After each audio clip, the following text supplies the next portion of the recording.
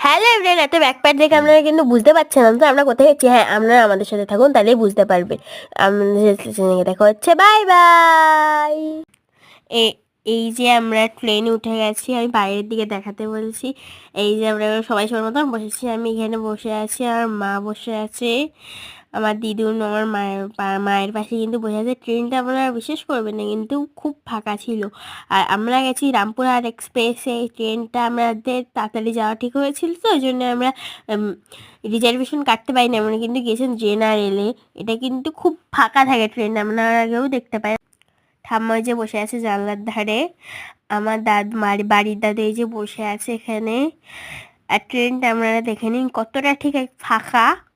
এই যে আমি একটু ট্রেনটা আপনাদের ঘোরাতে নিয়ে এলাম। এই যে দেখুন, সব একটা একটা সিটে এক দুজন করে বসে আছে, তার মানে আমরা ভাবতে পারছি না এই ট্রেনটা কতটা ফাঁকা।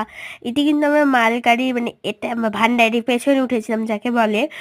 এই যে আমি আমি দেখাচ্ছি ট্রেনটা আর কি কতটা ফাঁকা হতে পারে। ট্রেনটা কিন্তু বেশি স্টপেজ দাঁড়ায়নি কিন্তু গাইস। আর আপনারা চাইলে আমি তো পরে আপনাদের জন্য সারপ্রাইজ, আমরা কোথায় যাচ্ছি সেটা জানানোর জন্য।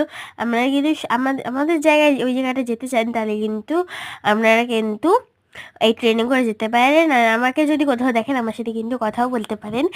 এই যে আমাদের সিটটাও পুরো ফাঁকা, আমার মা ওই যে বসে আছে, আমার দিদা দাঁড়িয়ে আছে।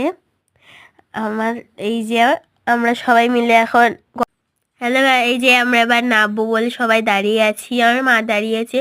আমি কিন্তু পড়ে যাচ্ছিলাম, ট্রেনটা আমার ব্রেক করছে। হ্যালো গাইস, আমরা চলে এসেছি কিন্তু রামপুরহাট, মানে তারাপীঠ। আর আমরা তারাপীঠে কী করলাম, সমস্ত ব্লগ কালকে আসতে চলেছে। ভালো লাগে লাইক সাবস্ক্রাইব করে দেবেন। Bye bye.